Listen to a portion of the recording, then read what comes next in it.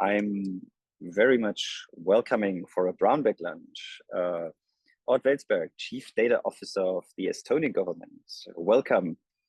Good to have you with us today. Great to be here. I'm welcoming our dear colleague Liesje Klomp, Chief Data Officer and Manager of the Data Competence Centre at the Dutch Ministry of Foreign Affairs. A very warm welcome to The Hague, probably. Good to have you on board here for this short brown bag lunch, kind of bridging the gap between the morning, which was very much focusing on general things, the Artificial Intelligence Act, how to use it, how to transform it, how to make best use of it, and the afternoon, which is again going to focus on quite a number of showcases where data and AI really make a difference. So I'm extremely glad to have both of you with us today. Maybe as a starting point, both of you are dealing with data on a daily basis, with data and AI. What is your biggest dream? And I'm probably going to address the question first to Ott. What is the biggest dream for the next 6 months? Something that you consider to be a real deal breaker, a real milestone that you want to achieve because it's going to work in a very transformative way. Ott, I'm handing that over to you. So I think if we talk about dreams, then 6 months is too short of a time for a dream to achieve. But maybe just to bring out a couple of things that we are right now really focusing on. And I hope they will succeed in that time. So the first thing is related to once only principle. So as part of that, we are right now working with all government agencies in describing their registries databases. It's a huge undertaking, and I think it time-wise suits here as well. So the deadline for the work is already end of March. So the government, the office made a huge decision on that. The second thing is about the government transparency. So when we talk about data management, when we talk about AI and etc., then transparency itself is a critical part in ensuring that there's a trust towards the way government operates. So we have made a kind of a mandate that by the end of next year, all government agencies should have a kind of plan in place and start implementing data tracker across the government. So those who are listening in who don't know what is a data tracker, it provides an overview of how the government is processing your personal data via government portal. And as part of that, we are right now working with our different security authorities in kind of establishing when we are exempting data processing from a data tracker. So it has been a huge internal discussions. It has taken a lot of time. So balancing basically the risk on security and privacy and transparency. So I hope in the coming month or two, we are going to finally get an agreement. And the third one is related to the AI Act that we are right now in midst of adopting. So as part of that, I really hope that the Center of Excellence, AI Center of Excellence, and the new concept or extension of the sandbox, both on the regulatory and technical side, will be finally approved as well, so we can continue with the implementation. So those 3 small wishes. Okay, well, that sounds like a pretty big basket of wishes, to be honest. And I really understand that 6 months is definitely too short a time to really come close to anything that is implementation. Liesje, over to you. I had the privilege of following a discussion among data and AI experts in the Netherlands very recently, and I was really impressed by the rich conversation and the many topics that you and your colleagues are having on the table. So for you, a wish, a challenge, what is on your menu for the next couple of months? Well, I have quite a full menu for the couple of months since I just started as well in my position. So, and I used to be a diplomat. So a lot of the things that I look into and want to achieve on quickly is related to working with the diplomats in order to assure that the data experts and the data scientists that work for me are able to improve the efficiency and the way people within the entire government organization of our MFA are working. So I'm hoping that in the future, whenever I follow a course on data-driven policy, I do not hear an ambassador saying that he searched for several hours in his email box to find the report from company Y that he wanted to use for an incoming visit, but that he knows that we have a country dashboard where they can find all the newest policy info in order to be quicker in the way that they are working. So very much an internal thing. Then when it comes to more external, I want to see how we can make the implementation of the AI as swift as possible also within our system, and see how we can use the AI Act and all the other regulation, also the Data Act and everything that comes from, in order to take our efforts even a step further. I think the board that you've seen is still a board under construction. Not all ministries are there yet, so we're working on trying to see that we are all able to be on the same pace. So we're very eager to learn from how in Germany there's a data lab in every ministry and government organization. We see that there's huge difference of level of understanding within the government agencies. And we want to see, one of my main goals would be to get a sort of baseline requirement and recommendations that we think every government organization should have in order to assure that we all follow similar processes and are able to share information quicker. Since I used to work on embassies, you see that the difference between different ministries, if you are on an embassy, is not as big as when you are in the capital. And I think data is in particularly an issue where there needs to be no hurdles or borders or walls. But that's not one that I'll be able to fix in 6 months. And in the meantime, my team is also trying to see how we can use models of generative AI on our own internal data in order to assure that we are able to make use of secure generative AI models. If I'm just reflecting a little bit on what Liesje and Ott, what both of you were basically mentioning, then I'm seeing kind of at least three different packages. The first one is very much related to data governance, tracking flows of data, making sure that the once only principle is really implemented, making sure that data access is put in a way or framed in a way that is acceptable, secure, safe. Then I'm hearing a lot of specific use cases, working with AI, making really use of this technology for government services.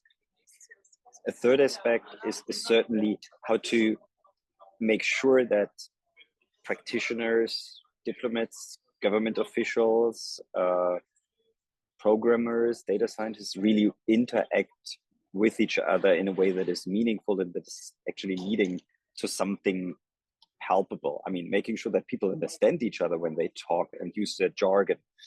Maybe Liesje, a short question. What do you find, or what do you, in your experience as a diplomat, what is the best way to make sure that people really start to work together productively? I mean, take a typical software developer or a data engineer and a diplomat.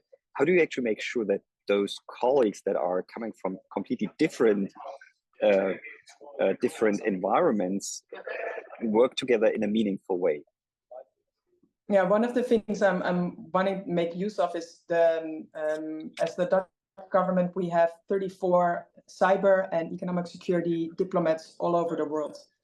So they are already focusing on AI and on tech, and have conversations with think tanks, private sector, in London, Washington, Beijing, all over the world.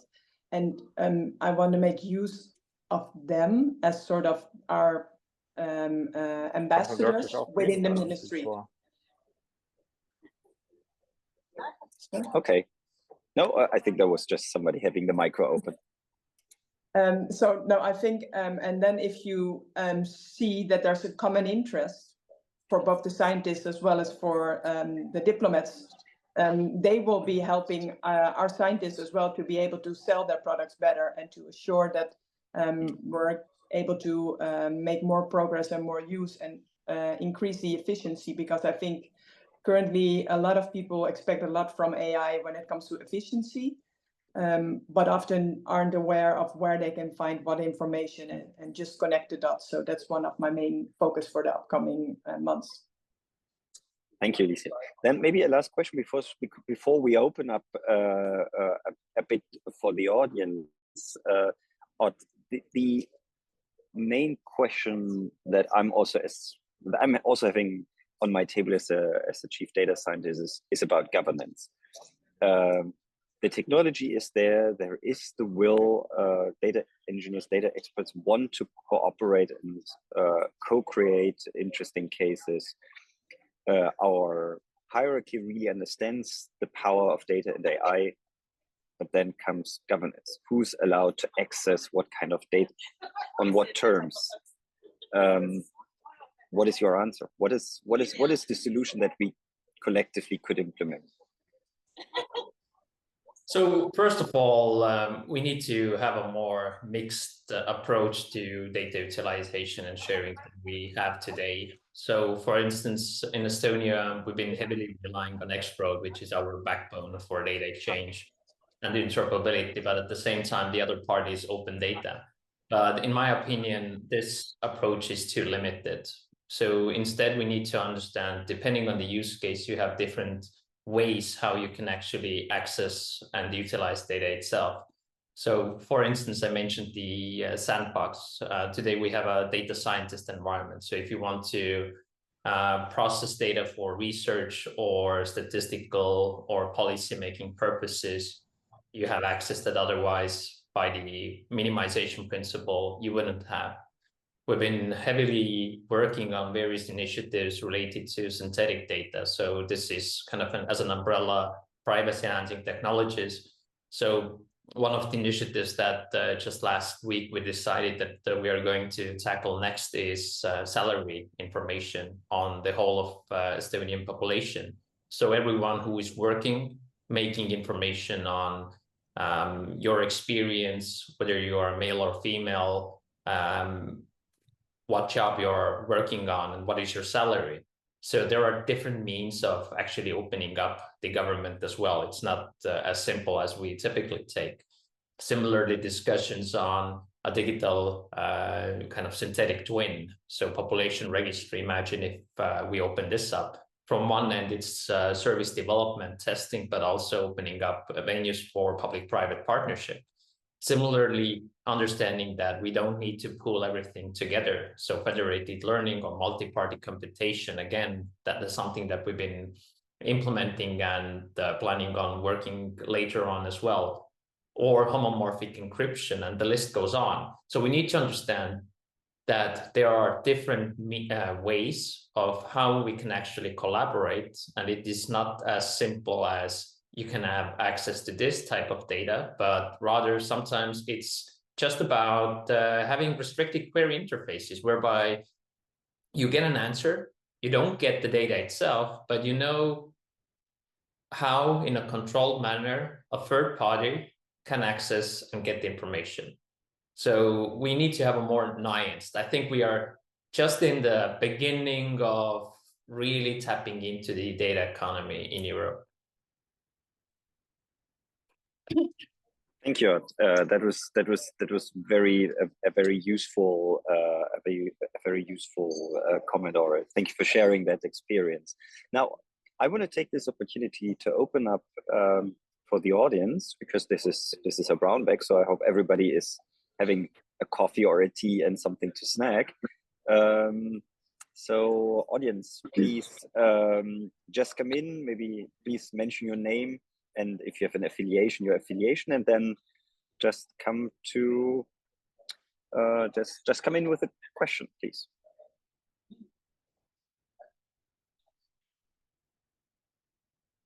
If you want, you can also put questions in the chat, so feel free to use either the chat function or unmute yourself. We have something here in the chat on data governance. What is needed at the international level? Mariko from the Dutch Ministry of Foreign Affairs. At the international data governance at the international level. Liesje, do you want to reflect on this one? Is it actually possible to have an internationally viable data governance? I mean, I'm just trying to reframe the question. If you're just taking ministries or public administrations, is that actually possible? I mean, we have certain international standards, so we're not starting from zero, but is that actually something that is feasible? No, I think on the EU side, that's where we will go. And that's where the Data Act will take us, and make sure that there comes an EU data strategy, under which I think governance should be one of the main topics, where we should have some recommendations on general aspects we feel every member state within the EU should be complying with or trying to implement, but giving the flexibility, given the fact that a nation like Estonia is far ahead of other nations and might be already having a more complex and more broad governance structure than another nation that's currently still trying to grasp how they want to implement AI and hasn't set up data labs within their government structures yet. So I think the EU will be the first step, and then from the Dutch side, we're also trying to see with initiatives like REAIM, responsible use of AI in the military domain, to push conversations on AI in international environments to the next level. But I think if you look at cyber, for instance, there's already cyber norms on the UN side. There's been a lot of work, so I think on the UN side, we will also see with the Global Digital Compact, perhaps, some steps on the UN level. And there, I think there's already work that could be taken on as an inspiration to also see what we can do on AI. And there's also already within NATO an AI strategy that for those nations that are NATO allies already sets down some sort of guidance for them on how to work together and share their knowledge jointly through secure manners. So I think there's a lot ongoing, and it will only continue to evolve, and we need to strengthen it and keep each other informed. Thank you, Liesje. Ott, I see you want to react to that. Yes, so I think we should really kind of prioritize more than we have done today standardization itself. So in EU, for instance, we've been heavily utilizing World Wide Web Consortium, developed DCAT, which is now DCAT application profile, which have various extensions in various European countries. So we took that approach already in 2019 when we adopted. Similarly, Norway and other countries have adapted previously before this actually was something that was mandated by the High Value Dataset Implementing Act and so forth. Similarly, when we look at the great work done related to ISO standards, let's take ISO 8000 on data quality, the great work that is done by IEEE.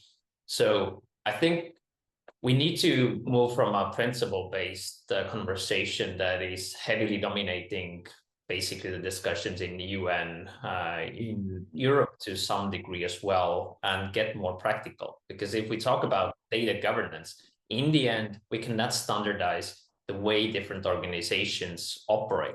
everyone is unique. So even in Estonian context, every organization, data governance is there to support your business objectives, the way your business operates. So we need to tackle what is possible. In Europe, core vocabularies is standardized licensing terms, metadata standard itself, quality processes, and the list goes on, depending on the area that we actually talk about.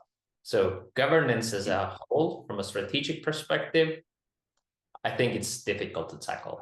Yeah. Thank you, Ott, for this comment, and I'm quickly shifting from my role as a moderator to a practitioner in a way for a second, and I wanted to take the question that Uival, I hope I'm pronouncing your name correctly, put in the chat. How do we actually encourage more exchange about among ministries or among organizations? And Ott, you very elegantly mentioned the standardization instruments that we're already having at our disposal. So they are not new, they are there. It's existing acquis in a way. And I wanted to react to the question by saying that in the end, it's all about finding or defining a or more use cases that you really want to cooperate on or work together on. We have a few cases here in Germany where we succeeded in triggering ministries' attention, for instance, when we're dealing with questions coming from Parliament, or when we're dealing with specific dashboards on energy, gas, electricity, or when we are co-designing AI chatbots. So this is really something palpable and something concrete where you would then pull together a group of experts from different ministries or from different organizations and simply sit down and say, okay, we have a common challenge here.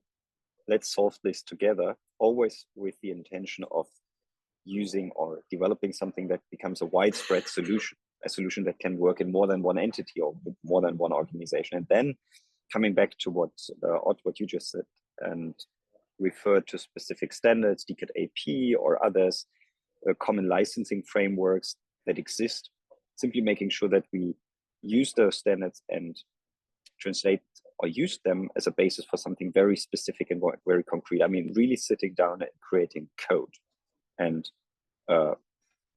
producing a POC or a minimum viable product. So I think as well, this is really the way ahead. I mean, focusing on something specific. Liesje, you want to add something on that? And I'm putting on my hat as moderator again.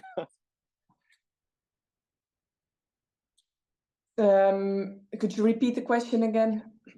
I was just wondering what your experience, if you had experience to share where you succeeded in bringing different colleagues, data engineers, data scientists from various ministries or organizations together to really co-create something. I mean, to work on a specific case, on a specific problem.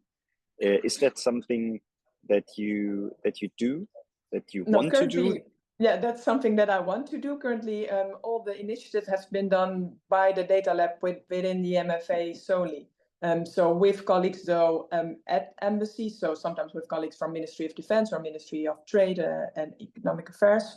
However, they have their own CDO as well, and I haven't been able to see what sort of opportunity is there for more increasing cooperation, but I am working on trying to see that the products that we make and offer to all the diplomats can be made available at an interagency level as well.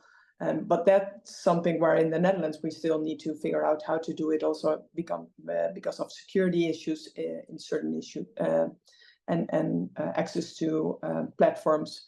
So it's something that currently we don't have yet in a way that Germany has, and I'm very keen to learn from you and probably Estonia to see where we can take it on our side. We have trade and economic databases that would be interesting for several colleagues, and that there are other products that we are working on that I want to share with colleagues indeed, but currently that's not the case yet.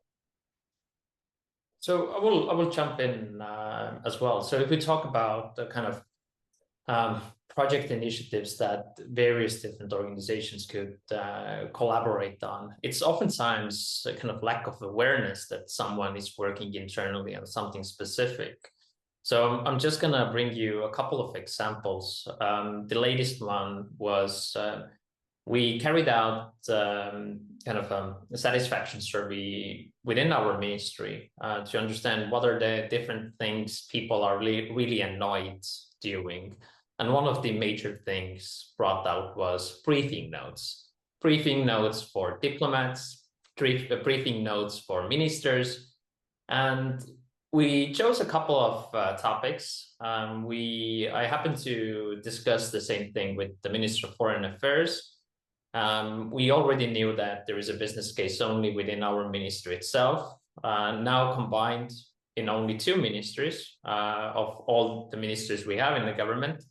We see that the potential to save time is close to 28,000 hours. And we didn't set up as an objective of fully automating briefing notes, rather than reducing the time to 30 minutes per briefing note.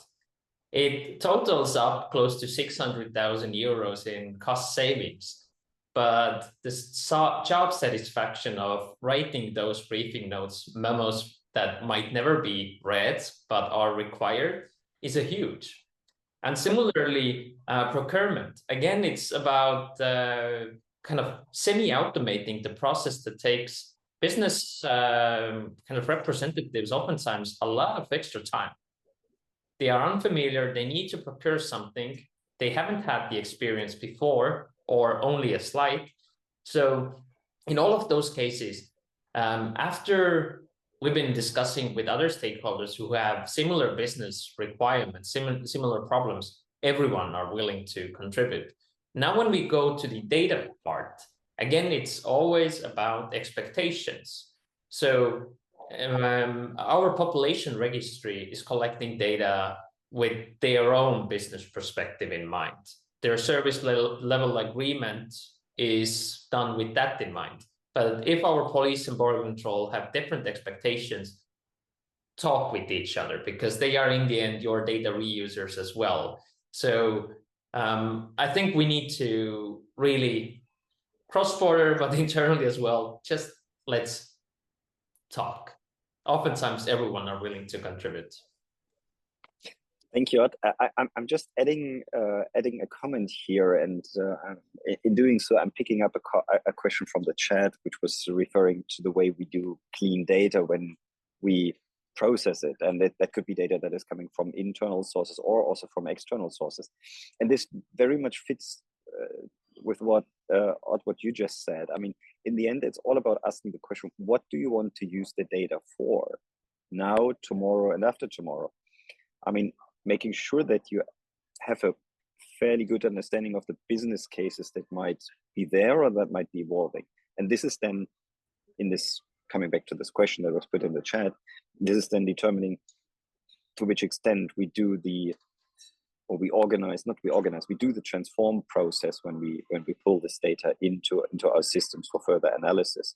On a general note, we have a very well-established data quality process that is including bronze, silver, gold levels with various degrees of normalization to make sure that data then fits into the analytics that we are doing.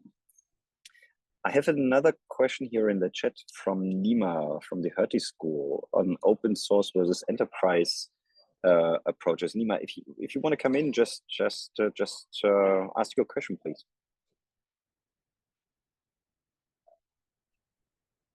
Well, thank you so much, Mangelsdorf. So my question was, since a lot of organizations are also open to open source tools in terms of tracking their governance tool, we also talked about the metadata information lineage. A lot of open source market also has those tools which provides equally good capabilities as enterprise level solutions. So my question is, if the governance related agencies and some innovation lab is also open to open source tools in terms of data governance. How is it better if you have experimented that?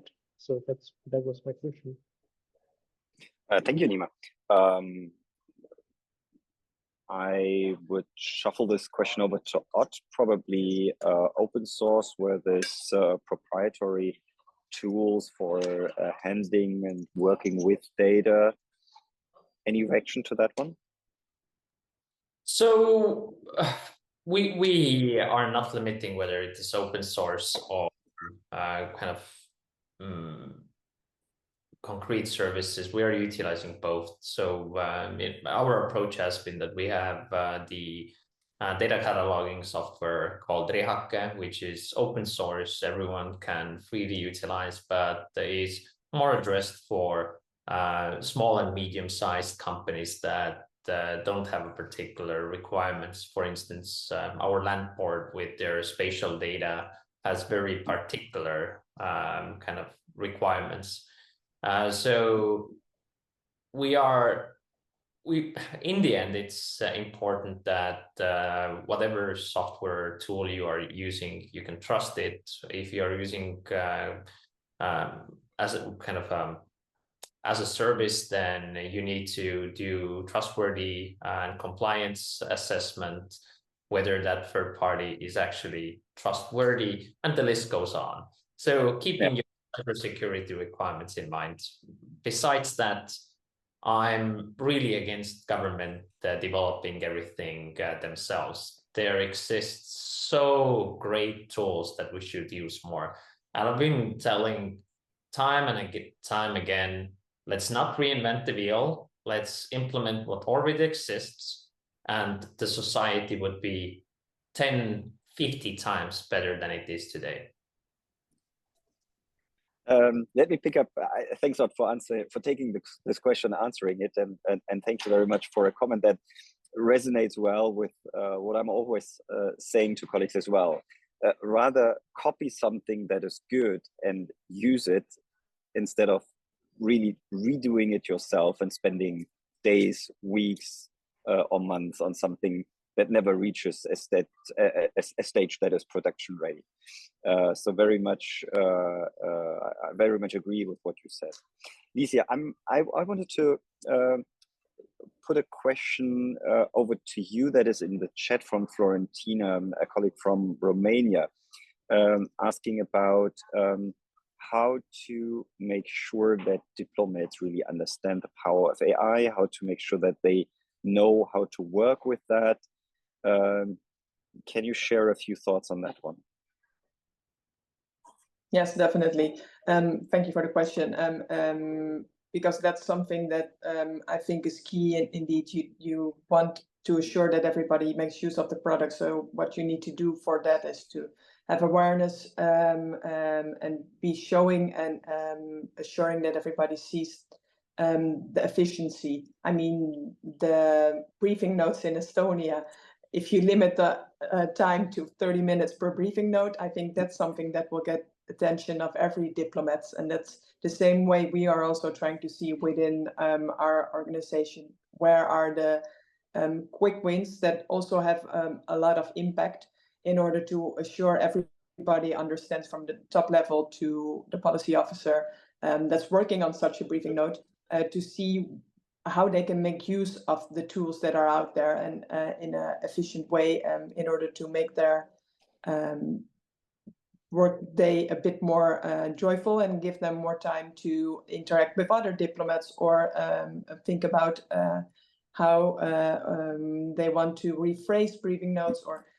But in order to see the benefits, I think you need people that are getting informed, but also getting trained. So we have courses in order to take everybody that wants to know more. How do you do data-driven policy, and take them very easily. It's just a couple hours, not a full day program. And that already helps for people to understand how they can make better use of data and AI in their efforts and in their work for the ministry. Thank you, Liesje. I'm just double checking the chat. I don't see any more questions coming up. So I suggest that we also, looking at the time, that we come to an end with this brown bag lunch. I wanted to thank Liesje and Ott for being ready to take those questions and reflecting on their work. That was very exciting. And I think for the audience, it was a clear sign that we've already achieved quite a lot, but there is still something to come. Focusing on specific use cases, not reinventing the wheel. Liesje, I very much like the word joyful, making work joyful for everybody. That's certainly part of the equation to make sure that data AI becomes something that is mainstreamed in public administration.